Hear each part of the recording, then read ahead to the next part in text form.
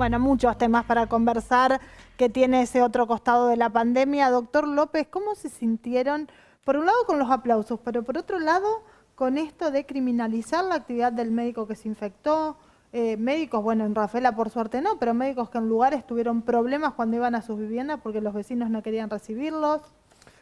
Sí, no, cuando localmente hubo un par de profesionales que dieron positivo también, tuvieron que salir públicamente un poco a explicar cómo había sido su proceso de infección. Entonces, esto es como cuando los jugadores de fútbol hablan de los triunfos y las derrotas, me parece. Los aplausos no es algo que tampoco a nosotros nos motive, o sea, te regocija el tema de los aplausos, pero no es lo que te motiva a salir a trabajar todos los días, sino que lo que te motiva a salir a trabajar es el apego a la profesión que uno tiene y lo que uno ha elegido hacer aún en época de pandemia.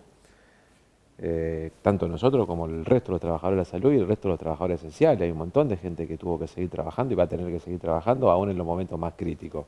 Fijémonos nomás lo que pasó hace un par de días en Buenos Aires, el mismo día de los bomberos, con la explosión esta, donde fallecieron dos personas de jerarquía en el esquema de bomberos de la ciudad de Buenos Aires. Entonces, hay un montón de gente que tiene que salir a trabajar. Nosotros, por nuestra profesión, obviamente que lo tomamos esto con toda la seriedad y el respeto que merece una situación de una pandemia, en donde todos los días hay información nueva sobre el comportamiento de la enfermedad en el mundo, ¿no? No es algo que le ocurre a la Argentina. Y yo cuando recién escuchaba a los integrantes del panel y escucho muchas veces en los medios, es como que siempre Argentina como que es interesante que hablemos de lo que nos pasa como país, ¿no? Pero no somos el ombligo del mundo. Esto está pasando en todo el mundo. Hay miles de millones de personas en el mundo en este momento que están saliendo en estos procesos de flexibilización de cuarentena y la crisis económica que está sufriendo las principales economías del mundo no tiene parangón en la historia, por lo menos en la historia moderna. Se habla que Inglaterra va a tener la caída de PBI más importante en los últimos 200 años y lo que está sufriendo Estados Unidos y el resto de los países de Europa, que son los motores económicos del mundo, están en la misma situación. Entonces digo, primero, pongámonos en el contexto internacional donde estamos atravesando esta situación.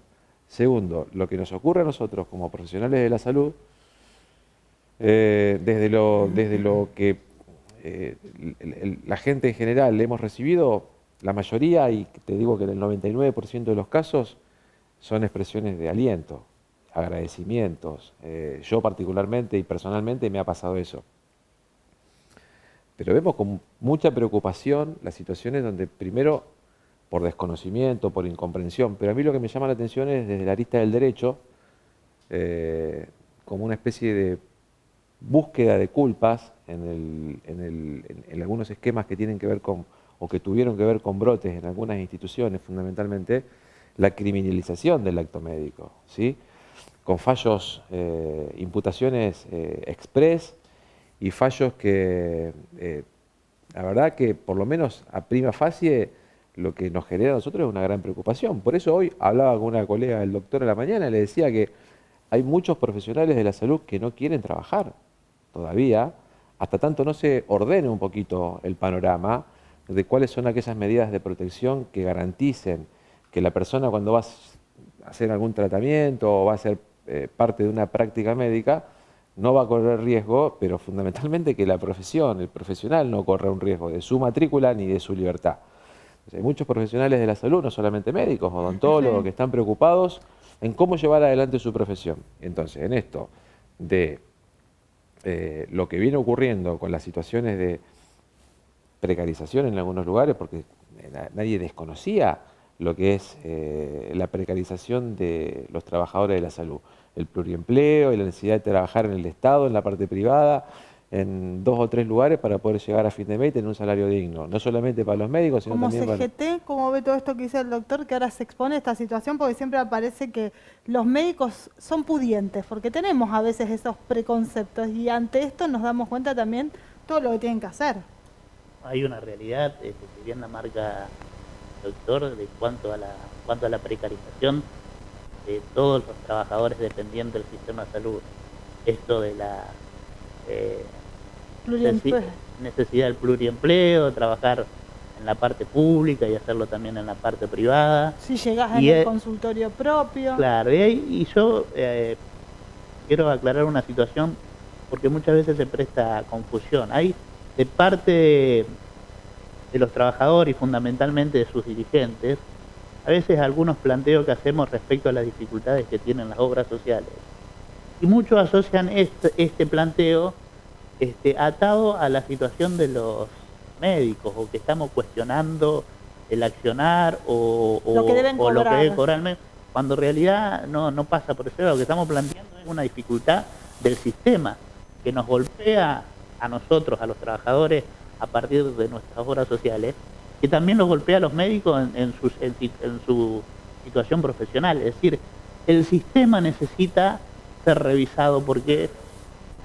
Sí. Hay otra gran oportunidad, y lo ha dicho el Ministro de Salud, que el Ministro de Salud es un gran impulsor de una reforma del sistema de salud argentino real, no un maquillaje como viene ocurriendo en los últimos años, una real reforma del sistema sanitario en este país que merece un abordaje científico de la cuestión sanitaria y de ahí en adelante plantar las bases para los próximos 50 años al menos. Y en esto hay un aprendizaje que tenemos que sacar de aquellas cuestiones que hoy están en crisis, porque la pandemia, la coyuntura las pone en crisis, pero que venían escondiéndose debajo de la alfombra. Y en esto quiero decir algo que me enorgullece, y relacionado con lo que preguntaba recién Sole a Marcelo, que conozco su historial, su lucha defendiendo los intereses del trabajador, la movilización que hubo de los profesionales, inclusive acá en la ciudad de Rafaela, donde he participado, el 25 de mayo acá en la ciudad de Rafaela, y durante toda una semana completa prácticamente en muchas ciudades de la Argentina, y fundamentalmente con el pico del epicentro en Córdoba, donde los profesionales salimos a la calle a expresar nuestro repudio a todas estas situaciones. Por eso, parece que hay una oportunidad desde el punto de vista de la mirada de la sociedad hacia el trabajo del médico y del trabajador de la salud en general, una mirada que tiene que ver más con la comprensión de que somos trabajadores, con una calificación diferente, pero somos trabajadores, y que nos cabe también el mismo derecho en muchas situaciones de otros trabajadores que pelean por lo suyo. Bueno, nosotros asumimos eso y salimos a la calle a defender a los colegas que estaban siendo cuestionados legalmente y algunos por parte de algunos individuos inadaptados.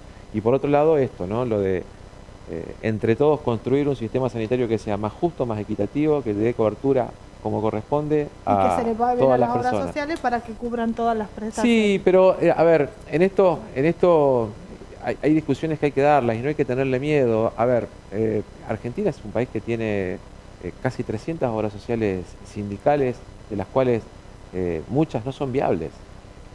Y es una discusión que hay que ponerla arriba de la mesa. Hay 286 obras sociales sindicales, de las cuales algunas económicamente, financieramente no son viables, porque hay posibilidades terapéuticas para que algunos de esos afiliados tengan la necesidad de cumplimentar un tratamiento que es impagable para esa obra social. Entonces tiene que ser el Estado el que garantice algunas coberturas para tratamiento de altísimo costo, enfermedades muy raras. O sea, hay que reformar todo esto de tal manera de que nadie se quede afuera del sistema, que todos tengamos la posibilidad de tener la cobertura ante un problema menor o el problema mayor que te pueda acontecer. Y un comité, una agencia de tecnología, un comité de expertos que evalúe cuál tecnología es la apropiada para cada terapéutica. Y no que aparezcan cualquier tratamiento, cualquier aparato y que lo pongan en cualquier lugar y que facturen para poder llevar adelante un recupero económico. Veo que asiente, doctor Pedrotti. ¿Cuál es su mirada de todo esto que se está hablando? No, sobre el tema que hablaron ellos, por ahí sería un poco sobreabundante, pese a que es un tema que me gusta, y sí, hay varios modelos internacionales que en algún momento se analizaron, y creo que el sistema argentino, si bien ya venía pasando por un proceso que empezó hace más de una década ya de proletarización profesional, de realmente desarticulación de todos los derechos de los profesionales en general y de los médicos en particular, y bueno, ahora se ha sumado un abuso de la empresa médica. Ahora no, hace rato ya, que viene la empresa médica ganando terreno. Ellos se justifican diciendo que los costos son muy altos, eso yo no lo conozco, que los costos que tienen que afrontar son muy altos, por eso el modelo aprieta para abajo, digamos. Pero volviendo al tema que planteaste al principio, que es muy interesante, un poco Eduardo lo trató, el tema del maltrato al médico que cumpliendo su trabajo contrajo una enfermedad. Bueno, realmente eso es lo que uno sociológicamente, digamos, se siente golpeado, porque vos decís, ¿cómo puede ser que no entendamos el cometido del médico que nos está cuidando la salud? Y que, porque no es nomás el procesamiento lo que llamó la atención, que es una grosería. A veces los médicos tienen problemas y a veces los abogados nos avergonzamos de cosas que hacen otros colegas o declaraciones de otros colegas, a veces que defendiendo a gente notable hace cada declaraciones que dan vergüenza ajena, ¿no? Y es muy común esto. Pero en este caso, la reacción de los ciudadanos muchas veces, que en vez de serenarse, pensar las cosas y analizarlas, obran por impulsos muy primarios, pero impulsos muy primarios que con el estado de avance de la civilización y de la educación en nuestro país, donde estamos casi todos escolarizados, debieran procesarse de otra forma. Eduardo decía que esto es un problema, un fenómeno colectivo, el hecho de que el médico tenga que salir, pero este tipo de agresiones también se han verificado en otros lugares. Y es llamativo que después de la confianza que teníamos en el avance de los efectos de la alfabetización, de la educación, del progreso del conocimiento en la sociedad, aparezcan estas manifestaciones tan primarias que nos tienen que llevar a repensar otras cosas también, ¿no es cierto? Absolutamente. Fernando, de todo esto que estamos hablando, más allá de esto aparece otra situación, que es siempre la sábana corta. ¿Cuáles son las prioridades de un Estado cuando tiene que destinar sus recursos? Que eso lo vemos después en el presupuesto, lo analizamos y reiteramos, volvemos al tema económico y la salud. ¿Cómo ves hoy las decisiones que fue tomando el gobierno? Bueno, primero nada que agregar a lo que lo dijeron recién los colegas, es una realidad. En ese sentido es lamentable, ¿no? En definitiva son quienes nos están cuidando en este momento. Es muy complejo y lo decía Eduardo en su momento, esto no solo nos está ocurriendo a nosotros, porque en general nos miramos mucho el ombligo todo el tiempo y no nos damos cuenta de que esto es una realidad global. Nos sorprendimos cuando Italia y España no podía parar esto y el pico no llegaba y la cantidad de muertos era brutal, lamentablemente, y decíamos, bueno, a lo mejor nosotros tenemos el diario del lunes y en virtud de ese diario del lunes podemos empezar a hacer algo. Lo tuvimos, creo que salimos rápido, sobre todo en la cuestión sanitaria. Ahora, de nuevo, yo me tengo que reiterar, ¿qué pasa cuando yo no tengo los recursos suficientes para salir al cruz a cuestiones sanitarias? Pero si uno ve, vamos a la región, uno ve Perú o uno ve Chile, realmente los presupuestos en términos de su generación de ingresos, su Producto Bruto, han sido mucho más altos que los nuestros. Independientemente de el monto, ¿sí? El porcentaje respecto a lo que generan ha sido mucho mayor y han puesto en consideración en función de esta pandemia. España aumentó su presupuesto 20% respecto del año anterior. Estados Unidos ha hecho un esfuerzo en cantidades ingentes monetarias a dinero que ha llegado directamente a las cuentas bancarias de cada uno de las personas. Me han mencionado ejemplos que yo hoy me estoy sorprendiendo de cómo realmente les ha llegado.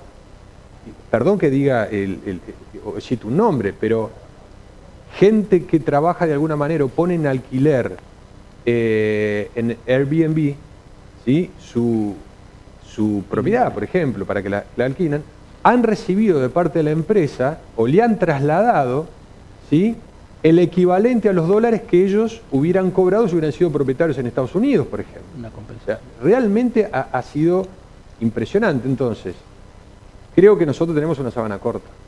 Está claro que tenemos una sábana corta. Y va a ser absolutamente difícil poder tapar todos los agujeros que tenemos. Hay un sector de la población que hay que asistirlo y que después podemos discutir cómo es esa asistencia o cómo debería ser esa asistencia, pero que indudablemente hay que asistirla. Yo creo que hay un pequeño desfasaje sobre la clase media. O sea, que es la verdadera generadora de ingresos, está trabajando, en algunos casos prácticamente no tiene asistencia. Y si bien el programa ha sido muy amplio, ¿sí? Ahora ha logrado llegar, los ATP han llegado a todo lo que son los salarios de las empresas privadas y demás. Bueno, te pongo un ejemplo, hay una franja de monotributistas que se la vieron muy complicadas. Esperamos un ratito porque vamos a recibir en esta tarde con estos panelistas de lujo. Los saludamos y le agradecemos por esta comunicación al ministro de Trabajo de la provincia, Roberto Zuckerman. Roberto, gracias por esta comunicación. Buenas tardes. ¿Qué tal? Buenas tardes. No, por favor, un placer. Veníamos en la ruta, hicimos un alto, paramos como correspondía con la seguridad del caso, esta parada técnica para poder cumplir con este compromiso, que es un placer realmente. Bueno, tenemos todos los aspectos aquí expuestos de la pandemia, lo laboral, la parte también judicial, la parte económica, y la pregunta es, ¿cómo estamos con las herramientas efectivas para el sector de los trabajadores? O para las empresas que deben asistir a los trabajadores. Mirá, la verdad es que, bueno, escuchaba la última partecita recién cuando me conectaban y lo cierto es que uno tiene en claro la diversidad, digamos, de la matriz productiva de la provincia. Lo ha pedido el gobernador, tuve la posibilidad de recorrer los 19 departamentos y ver cómo justamente todo lo que uno podría titular como el campo pudo funcionar con normalidad. Pudo levantar la cosecha, pudo acopiar, pudo llevar a puerto esa cosecha, pudo, digamos, transformar en materias primas, etcétera. Digo, la maquinaria agrícola, digo, realmente lo frigorífico, es decir, todo eso ha funcionado muy bien. Y por supuesto, digamos, otros rubros industriales, comercios y servicios, en todo lo que no tiene que ver con cuestiones esenciales, realmente lo ha pasado mal. En ese sentido, digo, la herramienta del ATP fue una herramienta realmente muy buena, una herramienta que además se fue mejorando y transformando, incluyendo a sectores que en principio no lo iban a percibir, o en cantidad de trabajadores, etcétera. Bueno, realmente es una herramienta que funcionó muy bien. Por supuesto que sabemos que no es fácil llegar a todos de manera universal y siempre nos quedan sectores lamentablemente que quedan afuera, pero también es cierto que los que no pudieron entrar un primer mes sí lo pudieron hacer en el segundo por cuestiones formales de requisitos del programa. Y además, bueno, la provincia también, digamos, ha cumplido un rol importante en lo que tiene que ver con el anuncio de hace unos días de determinadas líneas de créditos y de ayudas a sectores que no pudieron facturar lo que normalmente facturaron o que realmente directamente estuvieron cerrados durante todo este tiempo y que, bueno, en principio algunos van a empezar a funcionar nuevamente, pero bueno, también la ayuda del Estado provincial va a ser importante y además en otras cuestiones que quizás no se hablan tanto o no se perciben tanto, pero que tienen un esfuerzo fiscal enorme, como justamente el congelamiento de tarifas de la EPE o de aguas, y en un momento además donde, digamos, el costo de la energía a nivel, digamos, nacional o lo que tiene que ver con el aumento de los insumos en dólares y de la bajante del río que hace que las tomas de agua sean mucho más onerosas. Digo, bueno, eso representa un esfuerzo fiscal enorme para la provincia, además de 1.000 millones de pesos, y además, bueno, se siguen permanentemente tomando decisiones para tratar de llegar a todos los sectores. Ministro, una última pregunta. Le consulto respecto a si hay mucho conflicto, muchas situaciones de conflicto o empresas que plantean esto de tener que deshacerse de los empleados, que es lo que no queremos, el panorama más oscuro de toda esta pandemia. Mira, la verdad es que nosotros siempre nos gusta hablar de la realidad y no de lo que llega al ministerio. Es decir, si yo miro los números del ministerio, los números de situaciones conflictivas, recordemos que los despidos están prohibidos, las suspensiones en términos generales también, solamente existe la posibilidad de acuerdos de suspensiones con pagos de sumas no remunerativas, del artículo 223 bis de la Ley de Contrato de Trabajo. Sin embargo, digamos, lo que quiero decir es que lo que se refleja en el ministerio es poco. En acuerdos muchas veces se dan acuerdos de cúpulas nacionales que ni siquiera llegan al ministerio de la provincia. En otros casos conflictivos también sabemos que, dado digamos, un porcentaje enorme de empleo no registrado, más de un 40%, bueno, la gran mayoría de los despidos que se producen en esas circunstancias, más allá de que estén prohibidos por decreto de necesidad de urgencia, se dan y no pasan por el ministerio tampoco. Entonces, digo, sabemos que el grado de conflictividad es mucho más grande de la pequeña muestra que tenemos nosotros, que no nos llega y al no llegarnos no la podemos contabilizar, pero también lo que es cierto es que las medidas nacionales y provinciales han generado, digamos, efectos muy importantes, positivos, de contención de esos despidos o de otras circunstancias vinculadas al pago defectuoso, digamos, de alguna manera, o incompleto de sueldos. Pero yo creo, la verdad, es que la vamos llevando. También lo cierto es que hay muchos contapropistas de negocios familiares que cierran y que tampoco llegan al ministerio. Esto no quería tampoco dejar de decirlo, porque uno ve, digamos, cómo hay locales vacíos y cómo obviamente ha bajado la actividad económica, una actividad económica que también venía mal de antes, ¿no? Y que parecería como que tenemos las 7 plagas de Egipto, digo, es coronavirus, es dengue, es la bajante del río, es el desplome del precio del petróleo, que no solamente nos afecta en Vaca Muerta, sino en distintos sistemas de comercio internacional. Bueno, en definitiva, digo, la falta de crédito externo que perjudica a los estados por no poder financiarse, la baja de la recaudación, digo, la recesión que ya traíamos aparejada y las tasas altas. Digo, es todo un combo que creo que de alguna manera lo hemos sobrellevado de la mejor manera, porque digo, pudimos ir volviendo a la actividad económica, o en algunos casos no haberla abandonado, realmente con efectos muy positivos en torno a la baja cantidad de contagios o de fallecidos. Así que la verdad es que en ese sentido felicito a cada santafesino y santafesina por el esfuerzo, ¿no? Muchas gracias por estos minutos. No, pero por favor a ustedes, le envío un saludo muy grande. El ministro de Trabajo, Roberto Zuckerman, bueno, muy frontal porque también dio la otra parte, que es toda esta informalidad que hay en la Argentina desde hace mucho tiempo y que esto vino como a dejarlo muy visible. Hacemos una pausa y cuando volvemos vamos a hablar qué le significa a cada uno el otro lado de la pandemia, qué se viene, cuál es lo que se viene un poco más a largo plazo. Ya volvemos.